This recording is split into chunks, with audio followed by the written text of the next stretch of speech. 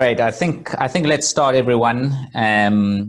It's just after 2 o'clock, and people are still joining, but we don't want to keep people waiting. So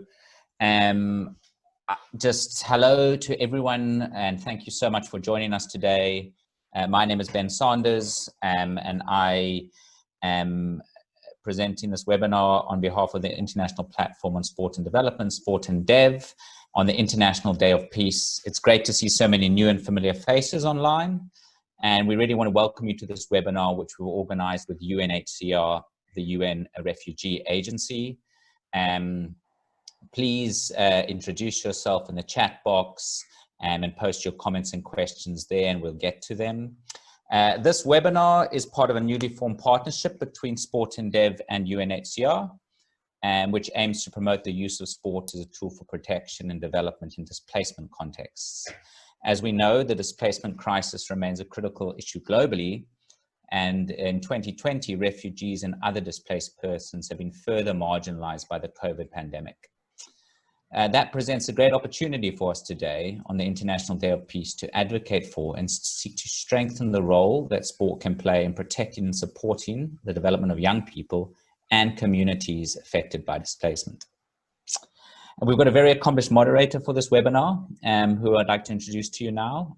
Sylvia has worked at the International Telecommunications Union for 6 years and is now the head of the Digital Society Division in the Telecommunication Development Bureau. Previously, she was a deputy permanent representative of the permanent mission of Costa Rica to the United Nations office in Geneva. And part of her role was being the main focal point for Costa Rica on sport for development and peace. She is also a peace and sport champion for peace and an accomplished elite swimmer, representing Costa Rica in 2 Olympic Games and won silver at Seoul 1988, her country's first Olympic medal. So we have an Olympian with us here today. Over to you, Sylvia, and we look forward to a really interesting discussion with our expert panelists and engagement from the audience. Thank you and welcome, everybody. Thank you very much, Ben, for that kind introduction. It's a very exciting day. We're starting an amazing week, and I'm very happy to be here. I'm also very honored to have been invited to take part and support you with the moderation. And we have a great panel of speakers and videos, so we will have a great time today, and we'll be speaking about very important issues related to sports and development and refugees. So, as you know, the International Platform on Sport and Development and UNHCR have invited me to moderate and to come back a bit to the growing displacement crisis just outlined by Ben. According to UNHCR statistics, there were 79.5 million forcibly displaced people worldwide at the end of 2019. That's a huge number, which is around 1% of the world's population, or 1 in every 100 people. 40% of them are children, and 80% live in countries that face food insecurity. Refugees and other displaced people face a multitude of challenges, from trauma related to their experiences to a lack of opportunities to support themselves and their families, and discrimination. But sport can play a role in addressing these challenges. Around the world, organizations are using sports to achieve different outcomes, including social cohesion, social inclusion, and psychosocial well-being. Our recent sport and dev call for articles on sport and refugees received more than 30 submissions with great contributions from actors across the globe. Authors highlighted examples of sports' positive role, from breaking down cultural barriers and improving physical fitness to supporting mental health and creating opportunities for social reaction. But they also emphasize that sports activities need to be well run in order to maximize the positives and also avoiding creating more challenges. This webinar kicks off, as I said, an amazing week, a week of action organized by Sport and Development and UNHCR, aiming to share knowledge and resources encourage discussions, and raise awareness of the way sport can be used to support refugees and the communities that host them. To kick off the webinar, we'd like to get a sense of who is online. A question will now come up on your screens. We will have a Zoom poll, so I will ask you to please answer when it does. So Eli, can you please show the poll? So as you can see, we're asking you, are you working with or representing one of the following types of organizations? We want to know where you're coming from to take part in this webinar. Are you part of a professional sports team, or are you an individual sports person?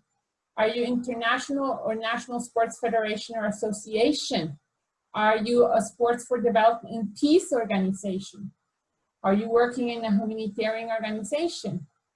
Or are you part of a refugee-led organization or any other type of organization that you would like to mention? So please vote, and in a few seconds we will see the results, and we will see who is taking part in this session. So in the meantime, as you can see, we have opened also the chat.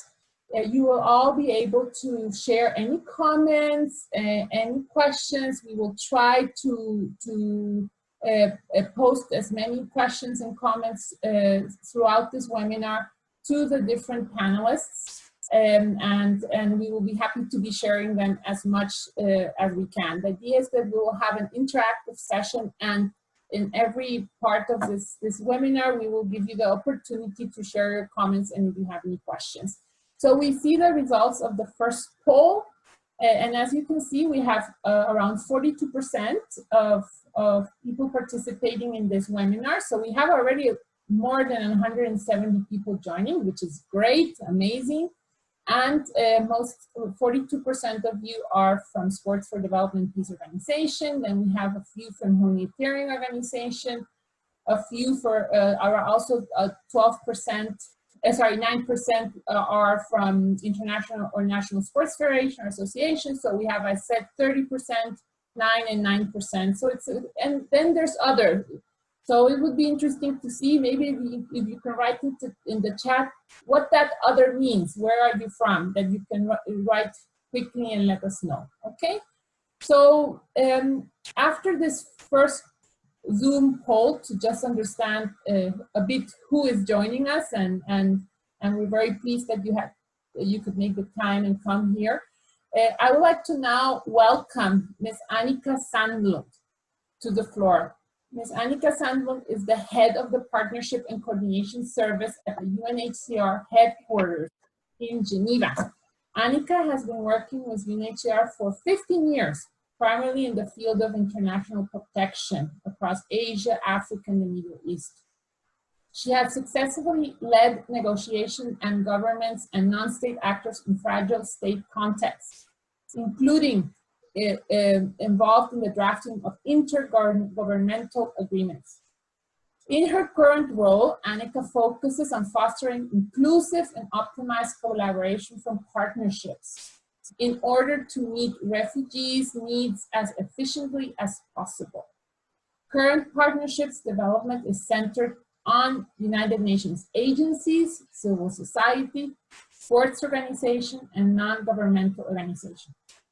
Annika will go ahead and outline some key points related to displacement and the important role of sport as a development and protection tool in development situations before introducing us a short video.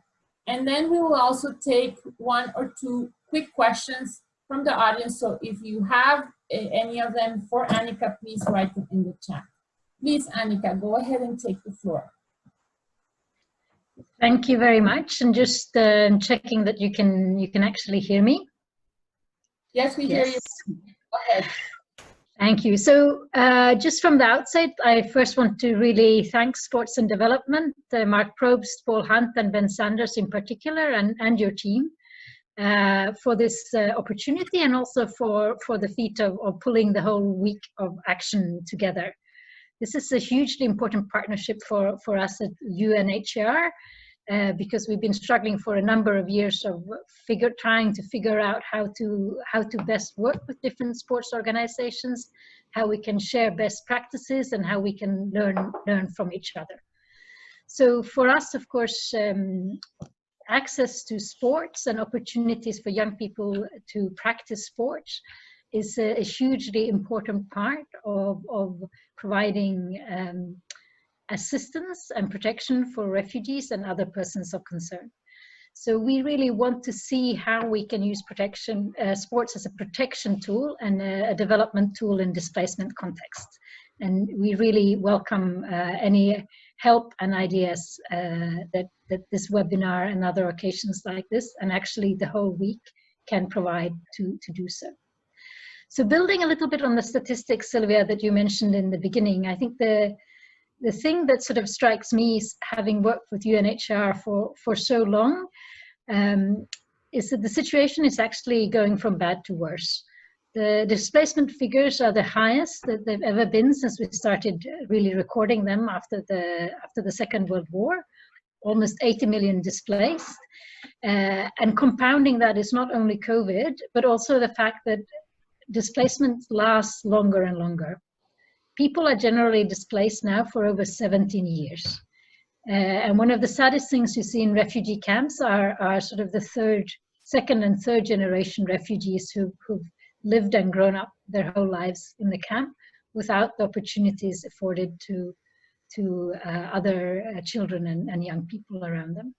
And I remember from my first sort of experience in Kakuma refugee camp that, you know, we were building a library and we're thinking, well, at least there's a football field and at least there's a track that runs around the camp where girls could run together and run safely. And at least there's some sort of an outlet for all the energy and resilience and the hope of the refugees. And now most recently in the field, I was in Bangladesh about a year ago. And in Bangladesh, there's one football field in the refugee camp that hosts almost 1 million refugees. It's one football field, and a couple of months ago, we had to turn that football field into a food distribution site because it was the only way to practice sort of safety in COVID times and ensure a safe food distribution. Now, as Sylvia, you mentioned, 40% of the number of refugees are actually young people, the majority under 18. Many of them have had to flee at a very young age and face a lot of problems related to the world having sort of drawn the mat of normalcy from under their feet. The normal sort of stability, the protection, the safety you feel with your mother and your father is sort of gone when you realize that they can't protect you from displacement. We see the difference the difference in opportunities between young people who have been displaced and those who haven't. Maybe most startling in the context of education. So whereas 90% of the world's young people have access to some form of education, for refugees and displaced, it's less than 50%. It's sort of on a sliding scale. If you look at access to primary education, it's now at 67% for refugees, so over 90% for nationals. Less than 24% when you come to secondary education, and less than 3% when you come to tertiary or university level education. This, of course, leaves many young people in very uncertain circumstances and without sort of a framework or a cadre, even a cadre of friends, of lessons or normalcy. And that's one of the areas where we think sports can really, really make a difference, providing a sense of belonging, providing a sense of identity, allowing refugees and displaced to really exercise their rights, their access to sport, and taking opportunities. Of course, there's also a sort of communications aspect, an aspect of showing the world that vulnerability doesn't mean weakness, that the fact that you are displaced does not mean that you don't have hopes and dreams and that you cannot aspire to the most, to excellence in all areas of life, including, of course, sports.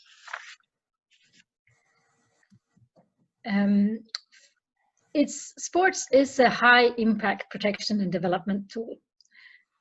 Not only in situations where education opportunities are limited, but especially in those. Engaging with sports also can provide a multitude of other opportunities, both for the young people involved and for humanitarian actors. So what we've realized at UNHCR is the human resource mobilization in the form of sports and sport for development professionals who bring the culture of teamwork, camaraderie, and work ethic to young people all over the world, of course, and in all situations, but maybe especially important in displacement situations. Through sports, we can also raise awareness and communicate on refugee status and issues, and on the challenges that faces those that are internally displaced or otherwise had to flee their homes. We also want to advocate for them, and we want to support young people with elite sporting talent, to which, of course, the inclusion of the first ever refugee Olympic team in the Olympic Games in Rio 2016 is a fantastic example, which we hope to build upon. We also know that refugees are the best own advocates, and that through sports, we can influence diplomatic, social, and political relationships, both at the local level with the host community and in global fora, where the sports world, sport teams, and sports people can take a stand to educate on this issue. We know, and you know, that the Black Lives Matter movement has really highlighted sports and sport actors also as agents of change, something that we strongly support, coming from an organization that is founded on human rights and the fight against inequality. So we hope that this webinar will help us to partner and promote sports and sporting organizations more globally. We also hope, of course, that we will promote and ensure access jointly with you for all refugee support activities without any distinction of any kind, and that they will have opportunities to benefit from safe and inclusive sporting facilities. Maybe lastly, just to make a little pitch, we hosted the Global Refugee Forum in December 2019, which was an attempt to bring together a variety of actors, including sports actors. And the Olympic Refugee Foundation and the International Olympic Committee brought together a coalition of sports organizations and organizations working through sports behind 3 pledges to improve young refugee lives through sports. And we would like to just encourage anyone interested in learning more about that to reach out at the sports team in UNHCR to find out more. I won't take too much of your time. There will be opportunities to ask questions and to dialogue, and I'm looking forward to that in just a little bit of time. But before we go to that, I wanted to show you a video about Laura, who lives in Colombia and who's a young refugee who's been displaced.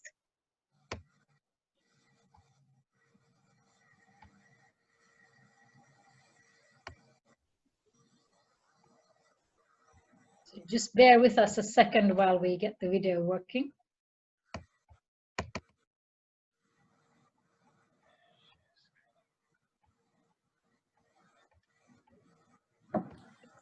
In the meantime, Annika, well, yes. Actually, great.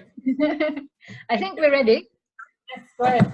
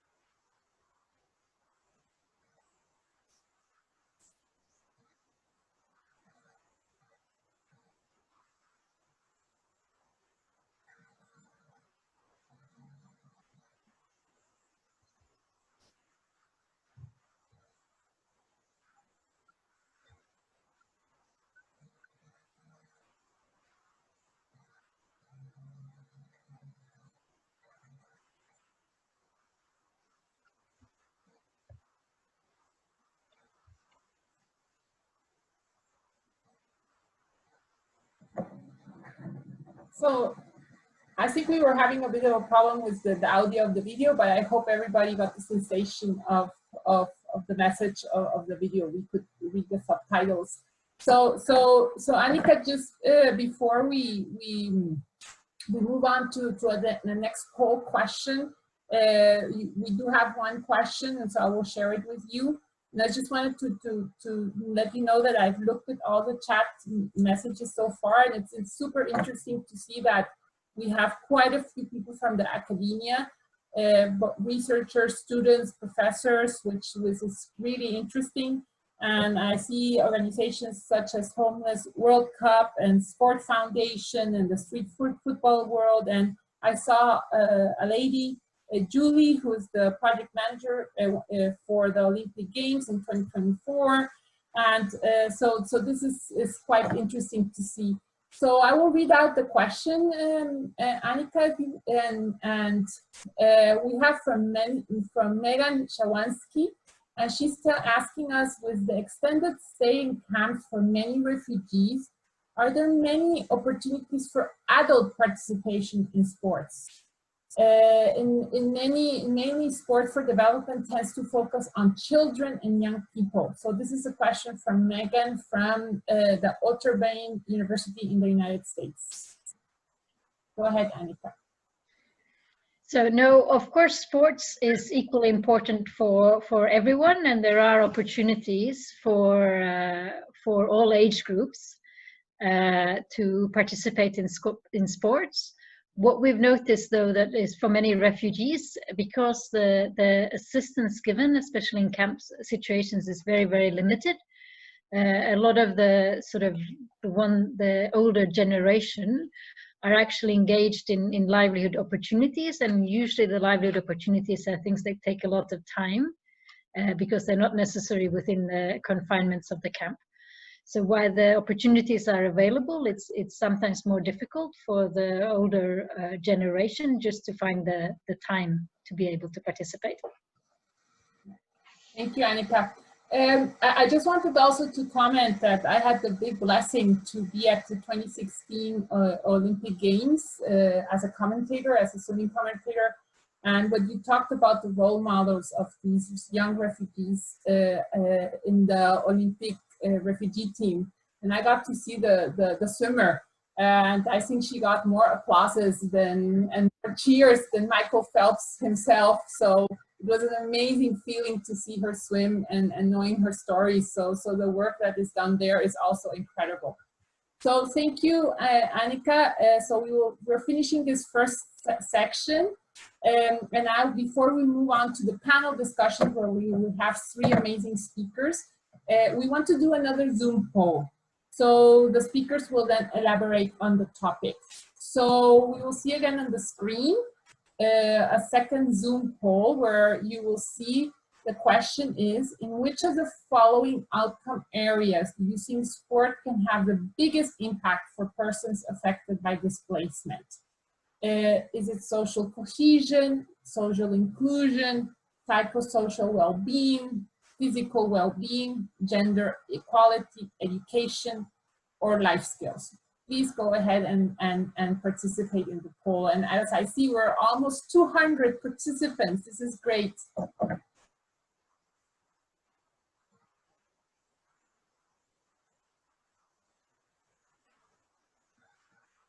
So in a few seconds, we will be seeing the results of the participants, and then we will go to the second section of this webinar, where we'll be hearing from our 3 speakers, 3 panelists, and which they will be sharing amazing stories and experiences.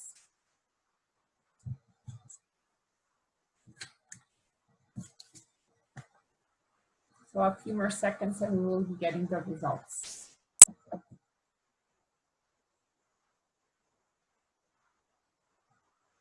So we have here the almost 50% of you think that sport can have the biggest impact for persons affected by displacement is under psychosocial well-being.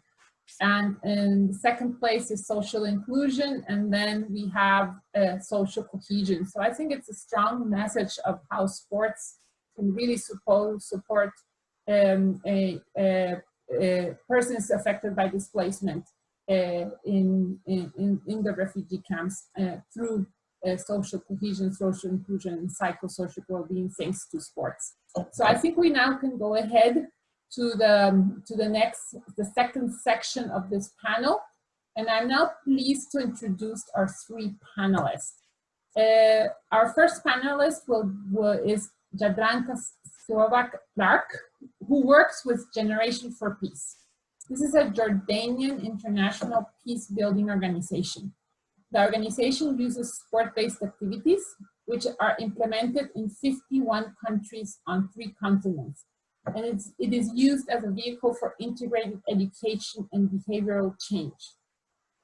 Jadranka leads a team of pragademics, that means practitioners and researchers who have integrated a sports for protection approach into Generations for Peace existing curriculum and supported implementation of those activities in 108 schools and 76 youth centers in Jordan. You will hear as our second speaker will be Sunday Ikoko, who's only 22 years old and was born and raised in the Kakuma refugee camp. Her parents have been in the camp since 1992 after fleeing from the civil war in South Sudan. At the age of 10, Sunday joined a local team in the Kakuma refugee camp called Denja FC, one of the local teams competing in the Kakuma Divas League, a girls-only league of 10 teams. Due to her outstanding talent, she was selected to join the Kakuma Kalobeye Stars, KK Stars, a Kakuma girls-only central team to represent the girls from the camp in national tournaments and leagues. Sunday would love to pursue football in the future and hopes to play professional in the first division of the Kenya Premier League someday. She is currently in her final year of secondary education, and she also participates in an online mentorship program, which is supported by UNHCR and partners to connect with mentors globally. And our third speaker panelist will be Mr. Ramón Spaaij. He's a professor in the Institute for Health and Sport at Victoria University, Australia, and in the Department of Sociology of the University of Amsterdam. He's a leading academic, expert on sport, refugees, and social inclusion. He leads 2 ongoing collaborative research projects on, the first one, Changemakers Empowering Sports to Enhance Social Inclusion for Migrants and Refugees, and the second one, We Play Refugee Settlements Through Sports. So we will be working in 3 different rounds of questions. After each round, followed by the opportunity for you to ask questions or make any comments on the chat, and we will try after each round to then open the floor to respond. If you have a specific question to any of the 3 speakers, you let us know, or if it's a general question for any of the we will then choose who can respond. I will ask the speakers to really keep your comments to 5 minutes each, and each round will take us around 15 minutes, and then we will have also the opportunity to be able to respond to questions and comments from the audience. So we will start with the first round, and there we will find out a little more about the speakers, their organizations, and their work on this topic. So I would like to start with Jadranka. Can you please tell us, how does Generation for Peace use sports to work with refugees? Thank you, Sylvia, and good afternoon to everybody from very warm Amman in Jordan. It is really a pleasure to be at the webinar organized by UNHCR and Sport and Dev, and kicking off this very important week of raising of awareness about refugees and peace today on the International Day of Peace.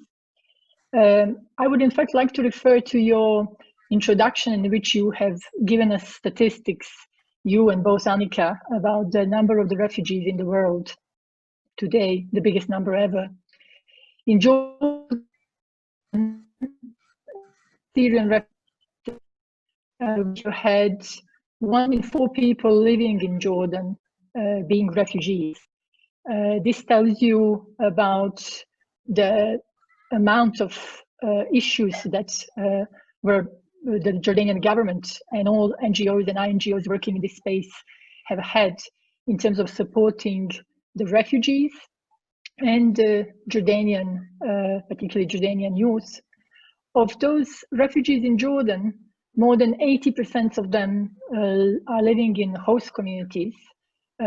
Just 20% are registered in the camps.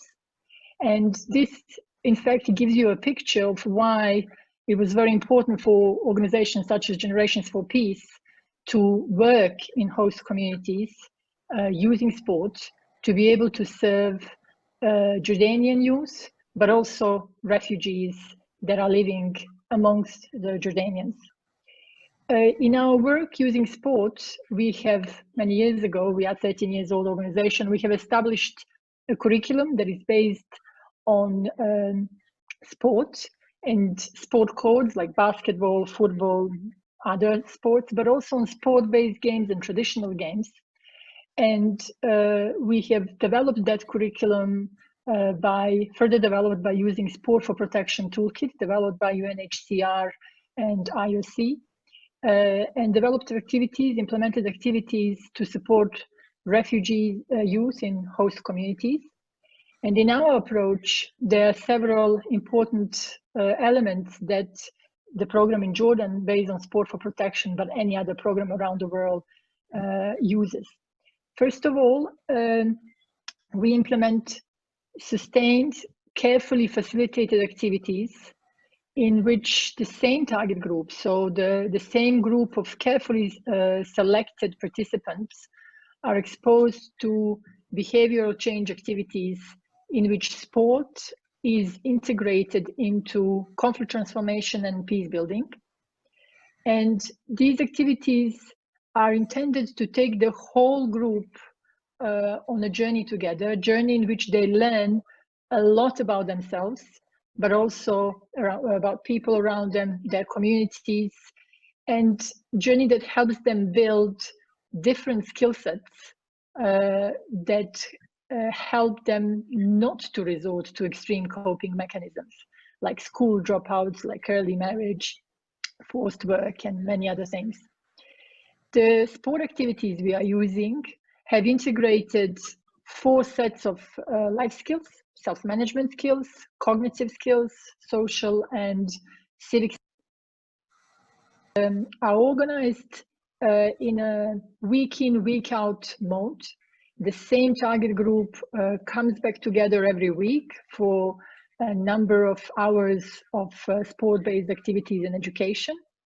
And through that engagement, their peer group dynamics are developing, and this safe space, extremely important for refugees, the characteristics of safe space for psychosocial stability are enabled, in which young people, migrants and refugees, as well as all other vulnerable youth, can exchange, can share, and very important for us, can grow together.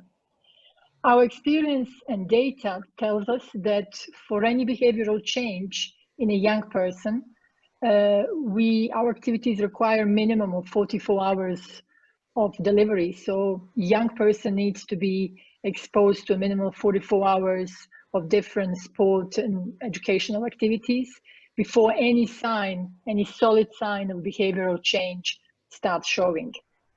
These activities are delivered, in our case, by volunteers. So we do work with sport coaches, but we also work with other youth. And in Jordan, we work with teachers, with youth center workers who are our volunteers and who have been trained by us to deliver these activities in schools and youth centers.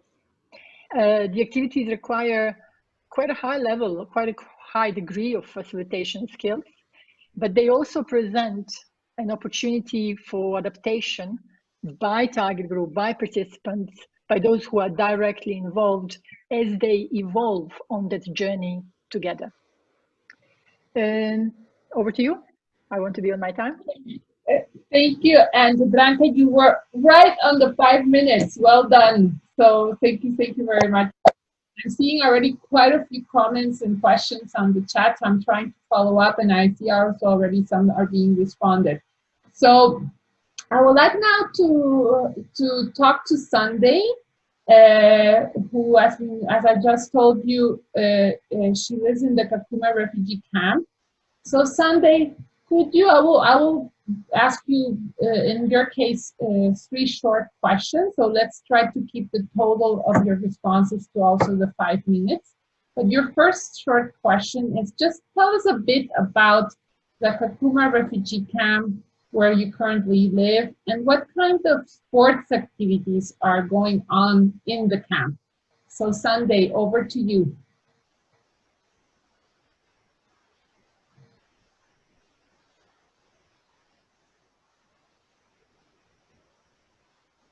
Go ahead, Sunday. You're on mute. Can we unmute Sunday, please? Can somebody help unmute Sunday? There you go. You're unmuted. You go ahead, Sunday. Please go ahead. No. You can go ahead. You can go ahead. Go ahead. So again, I will pose the question again. So can you just tell us a bit about the camp and what sports activities are going on in the camp? Okay, Kakuma refugee camp is located northern western of Kenya, and Kakuma refugee camp is divided into 2 operations in Kenya. We have Kakuma and we have Kalabeye. And Kakuma since it started in 1992. And Kalabeye, it was recent. And export that apart from football, we have other sports like volleyball, we have basketball, we have boxing, and athletes. But so far, football and athletes is a high advance here in Kenya, participating internationally and nationally here in Kenya and out of the borders. Very good. So please tell us about the activities where you are involved. I hear that you're a super good football player. Yes, I'm a player, I'm a footballer. I play position 10. I play for Denja. And the same time I play for KK Stars, which is Kakuma Kalabeye Star. And the best players selected from Divas League to form KK Stars, who are competing with the other national team in Kenya. And I also participate in Divas League, which is a ladies tournament here in Kenya. And very good, Sunday. Tell us, how long have you been playing football? And what are the practices? Are they tough? How much do you practice?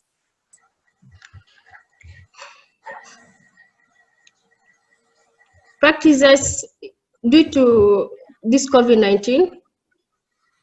Since I was 12 years old, it was 10 years ago. That's why I started playing football. And due to this COVID-19, we practice thrice in a week, which is Monday, Wednesday, and Friday. And it is something very important because we can't just stay at home. It is better to continue with the trainings with the coach, at least to earn some skills and to know everyone must know the position that she plays and get some fitness in the field. Great. Well, thank you very much, Sandy, for this first intervention, and we will be asking you more questions in the next round. So I will now ask Ramón, who is, what is some of the current academic thinking? And as you saw, Ramón, I mentioned there's quite a lot of people from different universities around the world joining this webinar. So what is some of the current academic thinking on how sport can protect and preserve the rights of refugees? Thank you, Sylvia. Good question to start off from sort of an academic perspective. And it's really exciting to see so many people representing research organizations or working within programs involved in monitoring and evaluation and research. And that itself, I think, is significant. So research on this topic is actually quite recent, even though we've seen some earlier research sort of in the 1990s, but it's particularly sort of the last 5-6 years that it's really grown a lot. And as we see also in some of the stories we're getting now, I mean, there's a lot of space, I think, for the impact of that work to grow collaboratively, particularly because a lot of the research is done specifically in countries of resettlement, particularly in Europe, North America, and Australia, rather than in regions where refugees tend to originate from or in refugee camps, even though many programs, as the one we've been discussing so far, are actually located in those areas. So we can still see some real room there to further work. Sort of from an academic perspective, I think there's sort of 3 themes that stand out in the literature, and they connect sort of with the questions we've asked the audience so far during this webinar. The first is to see sport as medicine. Yeah, so then we really talk about health promotion. So physical and mental health, psychosocial well-being, building resilience, coping with trauma, and sort of knowledge and skills in physical activity, what we sometimes call physical literacy. So sport as medicine. Then there's a whole body of literature around barriers and enablers to participation. So what are the factors that are constraining opportunities to play or to be involved in leadership or management positions, for example, in sport? So that can be around safety, cost, transport. Is there family support or not? What is the social network within which refugees are introduced or able to play within sport? Discrimination.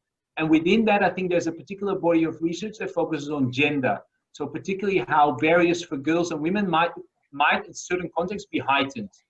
So for example, where participation is seen as sort of socially or culturally unacceptable in certain contexts, and specifically in sort of traditionally male-dominated sports or in mixed gender settings. And so one of the key areas of research, for example, has been around the need and the impact of gender segregated spaces, for example, in a number of contexts. The third is, so sport as medicine, barriers to participation, and then sport as a social glue. And we saw that in the responses to the questions when attendees referred to social inclusion and social cohesion. So we're talking about social inclusion, integration, sense of belonging. So how can sport sort of offer a supportive environment to build relationships with other participants, with coaches, to gain access to valuable resources and support systems? So in programs, for example, that is often sort of holistic development, where sport is integrated with psychosocial support, educational employment pathways, playing pathways into leagues or even in semi-professional teams in some context. So we see that sort of play out in different spaces, and sometimes in countries of resettlement. That can also be for example, in clubs or programs that are specifically run by or for or with people with refugee backgrounds who like playing also with people with similar, for example, cultural backgrounds, where they feel more included, more understood, and experience a greater sense of belonging. So there are different ways in which that social glue can take place. In terms of sort of challenges and gaps, there are quite a few, but I would like to pick two things. And the first one is that there's been some critique in that research tend to frame some of the experience of refugees in terms of sort of what we call a deficit model. And that is that we often focus on poor health, trauma, social isolation, rather than, even though those challenges are very real and meaningful, there's a risk there that we sort of focus on what's not there, rather than also focusing, for example, on the resilience or agency, the knowledge, the talents, the dreams and hopes that they bring to participation. So actually, how can we actually harness that? How can we start shifting that also in looking at the amazing capabilities and strengths that are there, and how do we harness those, right? So then rather than, and we'll get back to probably this later, rather than offering opportunities to those in need, no, actually, let's work together to co-create and co-design programs and clubs and things like that that can actually meet the needs and aspirations of the community that they try to reach. And we see that, for example, in, she was referred to earlier, in Yusra Madini's biography that tries to reframe this way how we think, for example, about refugees. And I think that applies in the sport context as well. And finally, I think to really recognize, and that's what research sometimes struggles with, that refugees is not a single group, it's highly diverse, intersects with gender, socioeconomic status, geographical location, disability. So I think that's another really important point about the one size does not fit all. So really trying to understand individual experience and differences and how local context plays into that. If programs or other forms of sort of participation are to be successful in achieving that social glue or that medicine kind of. So I think that's another really important point here to highlight, just to start off with the discussion. Thank you, Ramón. And we have a question from just to clarify you about the 3 points that you made: sports as a medicine, sport as social cohesion, and the third one, remind us again. Yes, so around barriers and enablers, kind of. So what prevents from participation and what helps? Okay, so really, what are those factors? Yeah. Thank you. And we have, maybe I can share, because we're now a bit over time in this first round, and I really want to have time for the other 2 rounds, but maybe open up to one question. And I saw one very interesting, and maybe this one can be either for Ramón or Jadranka. It says, Donovan Jurgens, he's asking to all the panelists, what is the predominant intervention model in refugee camps? Is it interventions by NGOs from outside, or is it capacity building within the camps to design and sustain their own programs? So I don't know who would like to respond to this, really in 60 seconds, Jadranka. Would you like to respond to this question? So in the camp, we don't work in the camps, but in the camps you can find both models, and it always starts with intervention from outside being brought in, and then in some cases capacity has been built so that it can be sustained, it can be cascaded. Over to you. Perfect, really good. And I see also people are asking about having some type of I'm just going back quickly, and I think Ben already answered that question, but seeing some type of place on the web where we can share all the people who are in this seminar, in this webinar, and also all the interventions. So thank you for now, all of your great comments. So let's go now to the second round, and in this round we will want to get a bit deeper into the topic, and we would like to look at the impact of sport and how to best use it to achieve really positive outcomes. So I would like to start with Sunday, who just shared with us her experiences of playing football despite COVID. She's still being able to train a bit. But Sunday, how do you think sport has changed or helped you and your community in the camp? Go ahead, Sunday. Okay. Sport has played a big role in my life. I as a player in the community, I can be example in the community. And playing football, it is for fun with friends, to be with friends. Even the time that you are at the field, you feel happy to see your friends. And I don't have that time to go outside, just to idle outside and to do other things that maybe it will lead to any problems. It has helped a lot. It is part of protection of the players or the girls in the community and the leaders too. It has helped. And I myself, I'm very happy that I'm the most example in the community to show that girls that sport, it is something interesting, and it is something that can show the community that we have come together and it is part of unity. And it is part of, it is not that challenging. It is part of the happiness in the community too. Thank you, Sunday. I will ask you a follow-up question. Why did you even start playing football? Why did football attract you you said you started when you were 12 years old? I love it at that age of 12 years because we watch the games in the community with my brothers, and I wish to be a professional like the other players out of the camp, like well coached. And I wish to be someone and play football all in my life. Well, that's really nice to hear. And now just a final question. Do you think the image towards girls playing sport has changed since you started when you were 12, you said, and now you're 22? Is it important of girls playing sports? Yes, it has increased because of more support, and the competition also has bring girls together because of the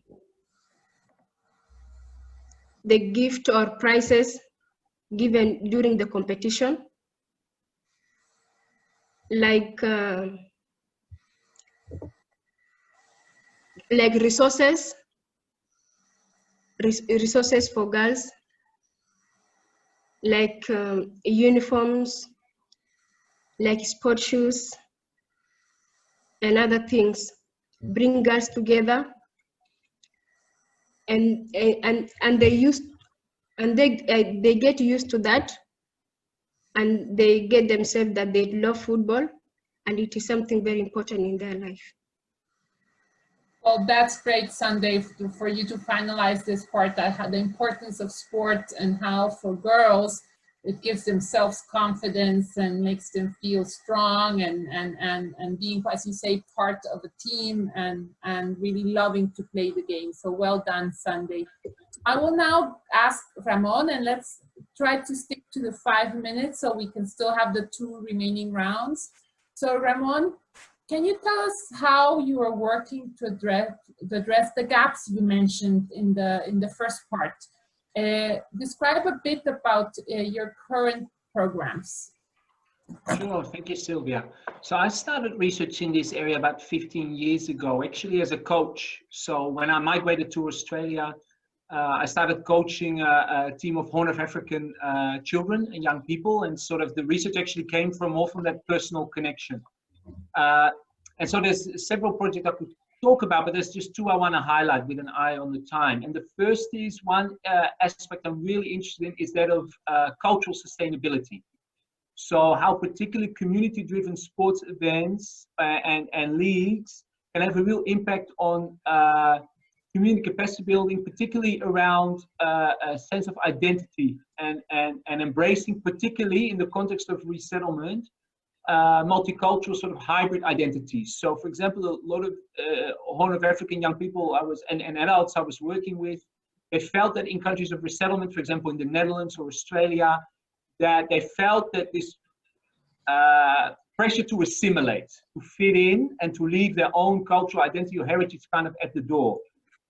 And some of these events that I've been working with and tried and did research in, we try to sort of really rethink that and to build spaces where they could connect with dispersed sort of diaspora members from other Horn of African backgrounds from across the world, organizing events and playing in leagues where they could identify, for example, as either Somali or Muslim or Africans or Dutch or European, or simply as footballers or as athletes, right?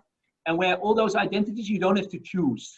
You know what I mean? You can be who you want to be. And there's space for these multiple identities in a political context that try to force something sometimes on you. For example, as a refugee or being black or whatever, and they sort of try to reclaim space for defining who you are and actually embracing that and be proud of that and celebrating and showcasing that. So I think that's a project that's really close to my heart. The other one is actually sort of co-created action research that we're doing together with our team at Victoria University, which is called Change Makers, where we're bringing together university lecturers, researchers, community groups, and refugee young people and adults to work with clubs and programs to really co-create, design their own inclusion projects. So basically where it's based all around the needs and the aspirations and the capacity that is already in the community,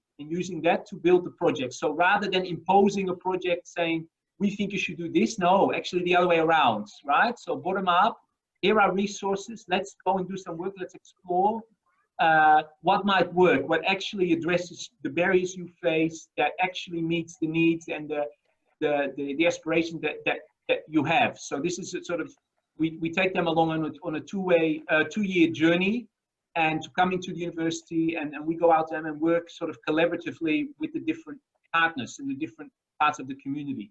So I'll leave it there, but I encourage anyone who's interested in kind of that methodology, they can reach out to me, and I'm more than happy to provide more information on that. Thank you, Ramón, and I already have a question for you later, so be ready from the chat. There's some great questions. Jadranka, finish off this second set of questions. How do you think practitioners can use the sport for protection approach to ensure a desired impact? Well, to start with, most probably by being very intentional about the way how they are designing activities, designing programs that have sport for protection approach. And it really builds on a lot of the things that Ramón has said. I can speak of our experience.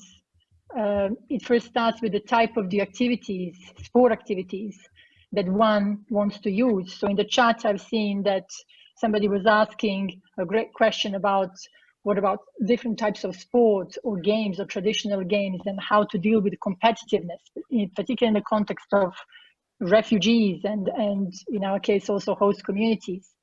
So we tend to really carefully look at what it is that we are trying to achieve with that activity, with that program, with that programmatic intervention.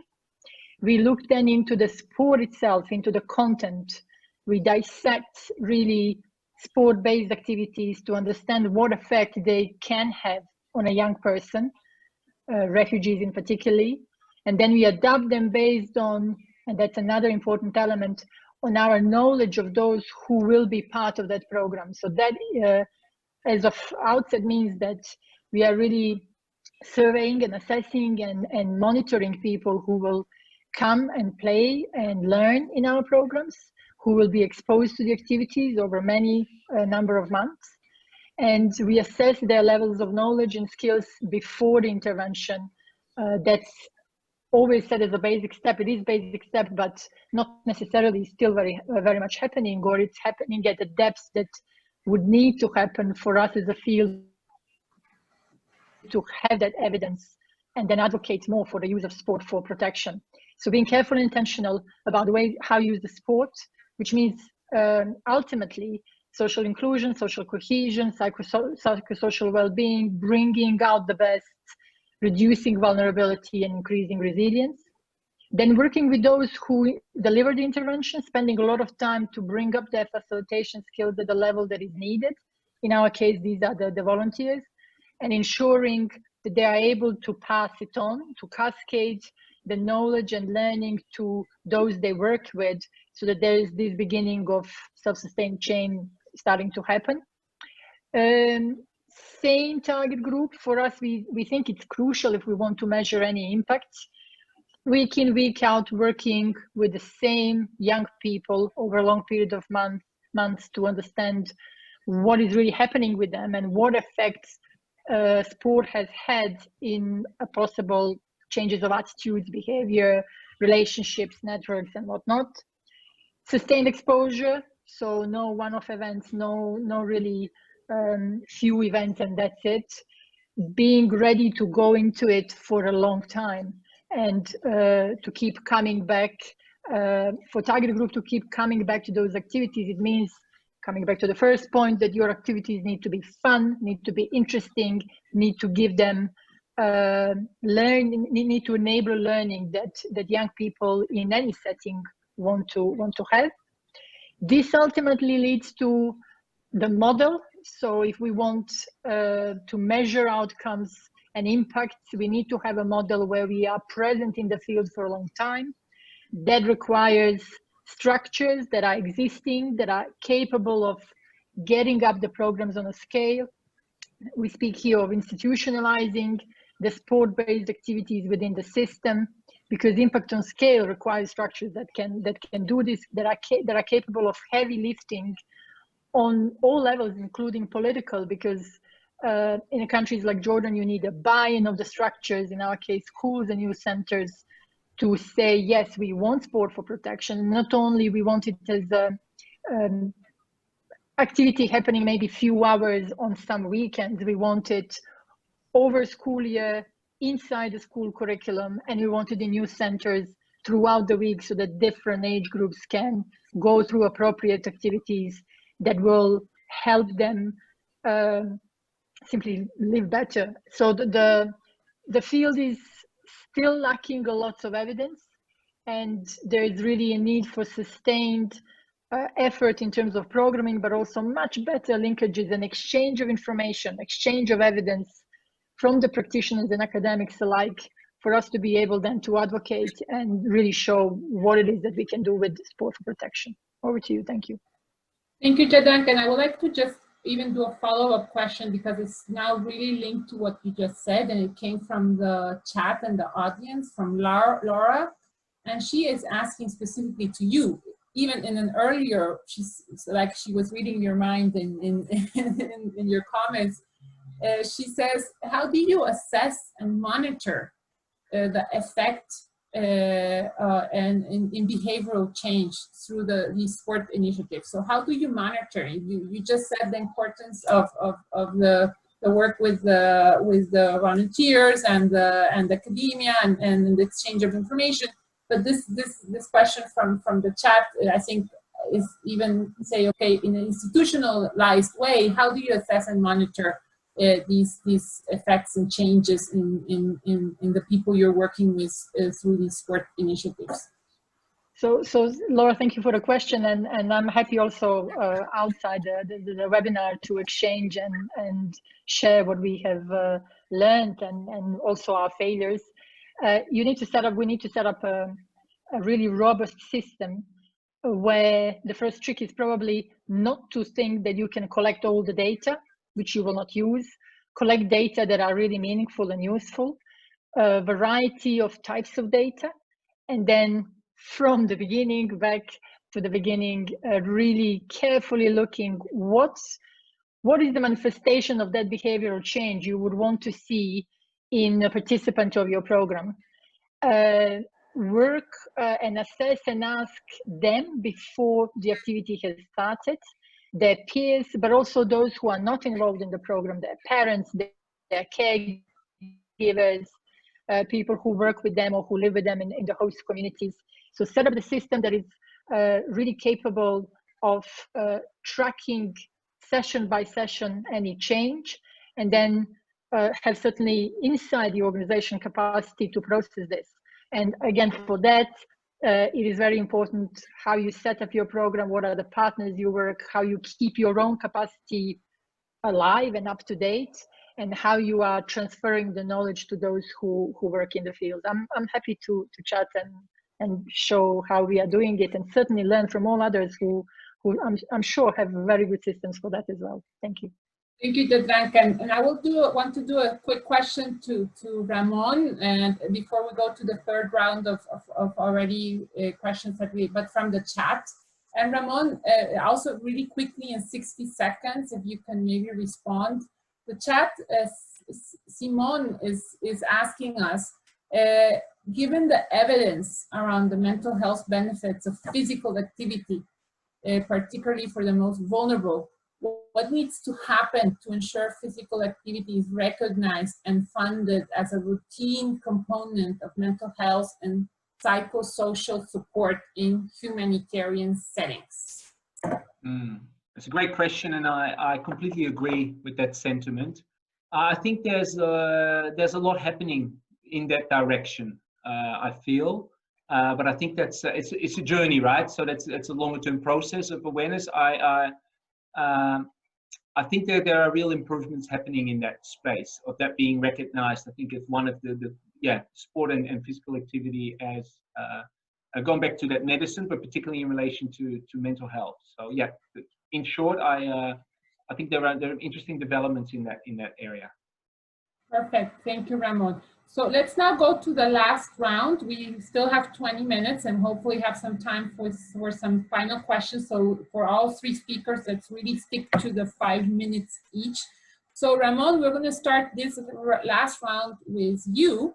And we will now look ahead to the future of the use of sports as a tool for protection and development of displaced young people and their communities and their host countries. So, Ramón, what are your recommendations for the future? Sure. Look, I will answer this question particularly from the perspective of an academic, and I'll start so just a few points. The first is I completely agree with what Jadranka said about the exchange of evidence. So really, let's keep working, improving collaborative approaches across all stages of programming, research, monitoring, evaluation. Absolutely. So also research itself is still really fragmented. So I think even bringing together that scientific evidence, right, to better inform policy and programs, and for policy and practice to inform research, right? So have these kind of feedback loops, right? So it all works together better than it's currently doing. And I think there are already some achievements, and the Sport for Protection Toolkit is one of them, and also some work in scientific literature to review what is currently known, what is the state of the art, what do we not know, what do we need to know. So there are some things happening there that also involve practitioner and refugee voices, so some positive things. From a research perspective, so my call to the researchers also in this webinar would be, when Sunday referred to like football as fun, and there was actually a chat comment about that, I totally agree. So sport is fun. So keep focusing. At the end of the day, don't forget that sport is play. So the play element, right? There's a risk that we try to instrumentalize sport. So sport becomes a means to an end to achieve better health outcomes, the social glue that I referred to. But at its core, why people are involved in it is a lot to do with play and the social element of it. So the expressive side and the bodily side. And I think we need to keep that in mind. Finally, there was a question in the chat around ethics and ethical considerations. I completely agree with that. I think particularly in research, we need to have sort of an ongoing focus on forging ethical relationships where it's not research done on refugees, but particularly with a focus on what are the benefits to those participants. It's to the people we're trying to do research on. So we may focus on the reciprocity kind of between the research and who's benefiting, right? And this raises a bigger point, and I'll finish on that, that there's, so that means, for example, developing skills and capabilities, right? So really investing in what community capacity are we building through this research, not just what data are we collecting, right? It's a very different approach. It means also, in a sense, and this is in research a really big point, this helps to also what we might call decolonize research. So it's done by sort of people in Western countries or non-refugees on refugees. So how do we rethink that and come to a more equitable and ethical sort of joint venture, like a collaboration, which is never perfect, but at least it's more reflexive than it's sometimes been. So I'll finish on that note. Thank you, Ramón. And precisely, I was going to share that comment from Frederick, where you just also mentioned, where Frederick said, "Well said, Sunday.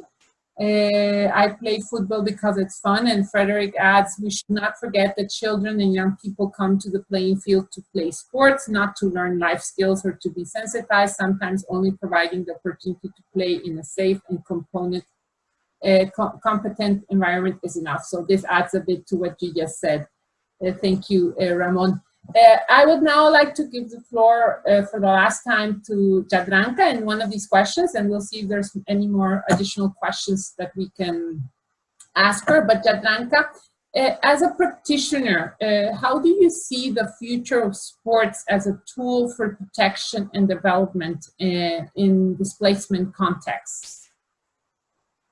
Thank you. So I was also following the chat. There's lots of interesting comments and questions about mental health, about local ownership.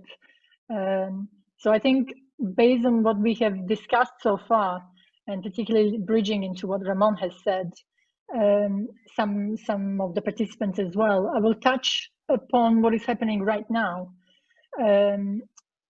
We are living in a world that is affected by COVID, and with COVID come the economic consequences that we are yet to discover how serious they will be. So organizations, all sport for peace and development organizations, many CSOs, NGOs, SBOs are currently really struggling with the effects of COVID and experiencing enormous challenges. And what that means is that in the field of sport for peace and development, and particularly sport for protection and work with refugees, challenges were there before, but they are now particularly exacerbated with the current situation. There are certainly lessons we can all learn, and in order to sort of learn from COVID, we think that if we are in a situation where all these organizations will be in a loss of systemic capacity, that would take decades to recuperate, and the situation is really, really difficult. What it all means for the future of sport for protection is that globalization was ultimately all about efficient, cheap, just in time, I would say, supply chains. There was not a lot of investment into just in case interventions, measures that are there to build resilience against unexpected situations like COVID. Especially when facing these problems now, we think that, I believe we need to invest much more into upstream prevention and resilience. And that what it means is, in fact, allowing organizations that are here on this webinar and the Sport and Dev to work with the partners locally and find local solutions and use advocacy, evidence and advocacy, speak with donors and speak with those who support refugees to turn around the model based on which all these programs are funded. I think that upstream prevention is certainly much cheaper than downstream consequences. So public health that is very much affecting what is happening with refugees. Work of all small NGOs, would really need to be supported in a much better way. How we can get there? By working together, by really not being shy of sharing what doesn't work, sharing evidence of what works, supporting each other and elevating voice to a level where we can be heard in a different way, dominating possibly news cycles because there is a massive refugee fatigue all around the world, and putting back their questions and their situation back onto the table, negotiating tables, and making sure that really Sport for Protection gives the evidence that there are methods that are cheap and effective that help young people in displacement affected populations and help the local populations simply get better. Over to you. Thank you very much, Jadranka, for those final comments. And give you, I'm looking at a few questions already from the chat that I will ask each one of you. So I will now want to give the floor again to Sunday. So Sunday, how can we better support refugee communities and especially girls like you through sports? As we have a lot of challenges as girls here in Kakuma, due to maybe some girls during games, most of the referees are male, and maybe you can get a girl feel shy to be coached, to be ref by a male. So in sight of you, in your support, I would like very much you to provide at least a lady to be a coach or to be a referee. And you can at least provide sports materials like bras, skin tights, and sometimes we lack field. Sometimes if we connect game, a friendly match, and later on they refuse to allow us to play in the field. We lack fields, we don't have fields. Maybe we can have a field, a small field, but we don't have posts. We don't have posts.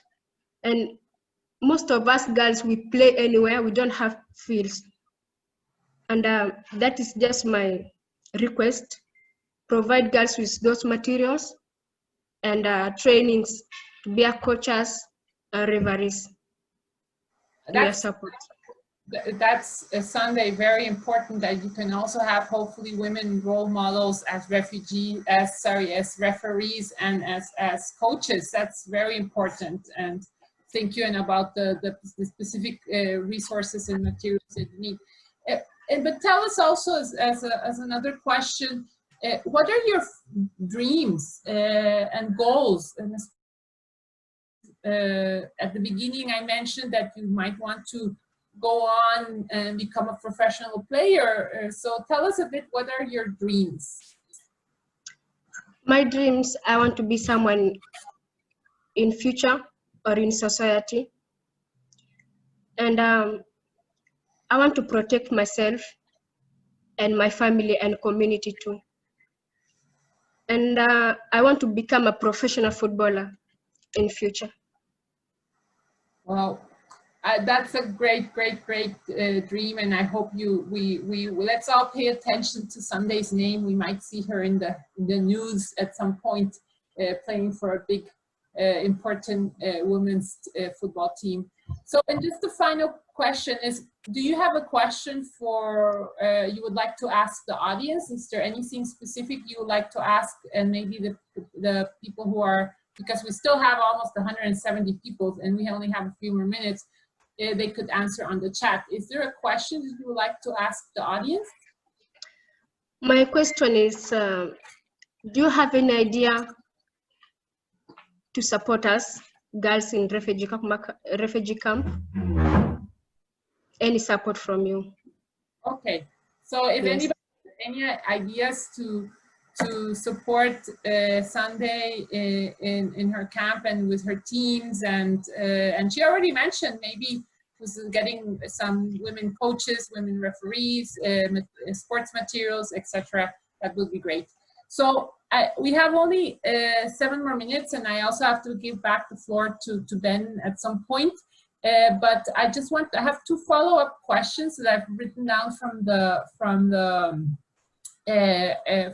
chat, and maybe so that we can do this quite quickly again in 60 seconds. Jadranka, how can a sport for development project be sustainable once an organization has finished their work? How can we make a program sustainable?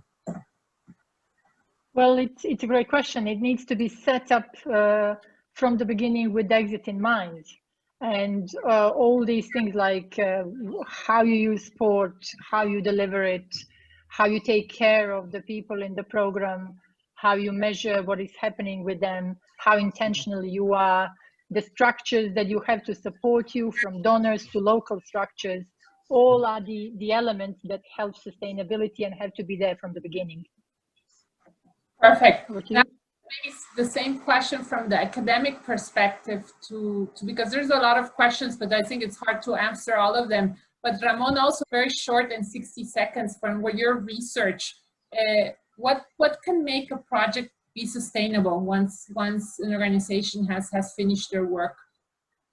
Yeah, look, I totally agree with what Jadranka just said, and really sort of have that embedded from the beginning. That includes sort of local ownership, community driven. So does it actually meet local needs, and is there is there strong local support sort of to do that? So basically, a fly-in, fly-out project doesn't work that way. You know what I mean? So it's something quite opposite.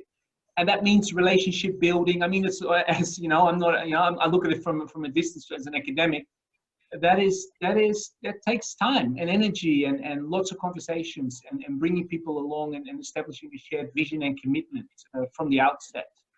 And even then, it's fraught with all sorts of challenges, absolutely. But I do believe it is possible, and as Jadranka also referred.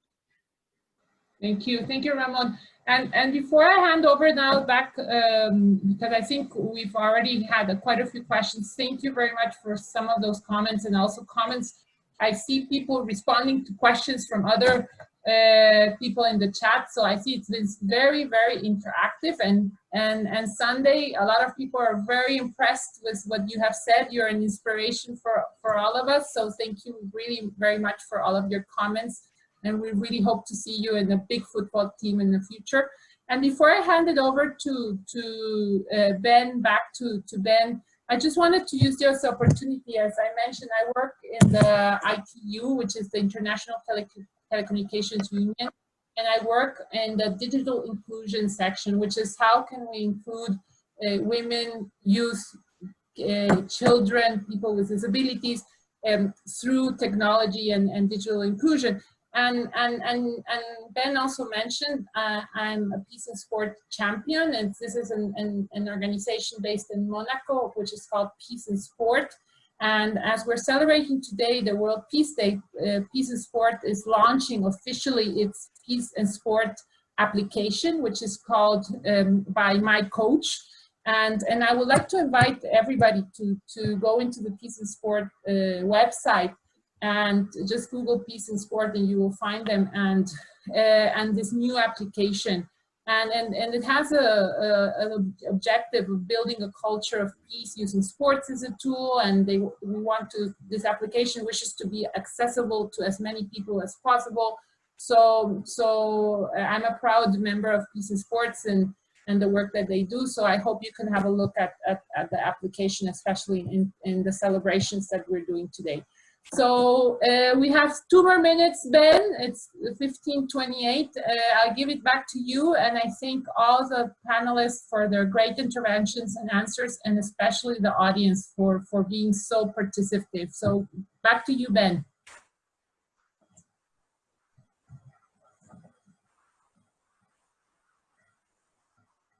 Thank you, Sylvia. Yeah, I'm here, sorry. just firstly to thank you, Sylvia. I think moderating this perfectly, keeping us on time, and thanks for all your hard work. Really well done.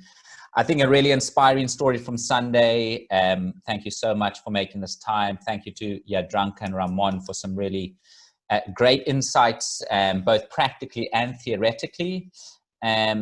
Really appreciate it.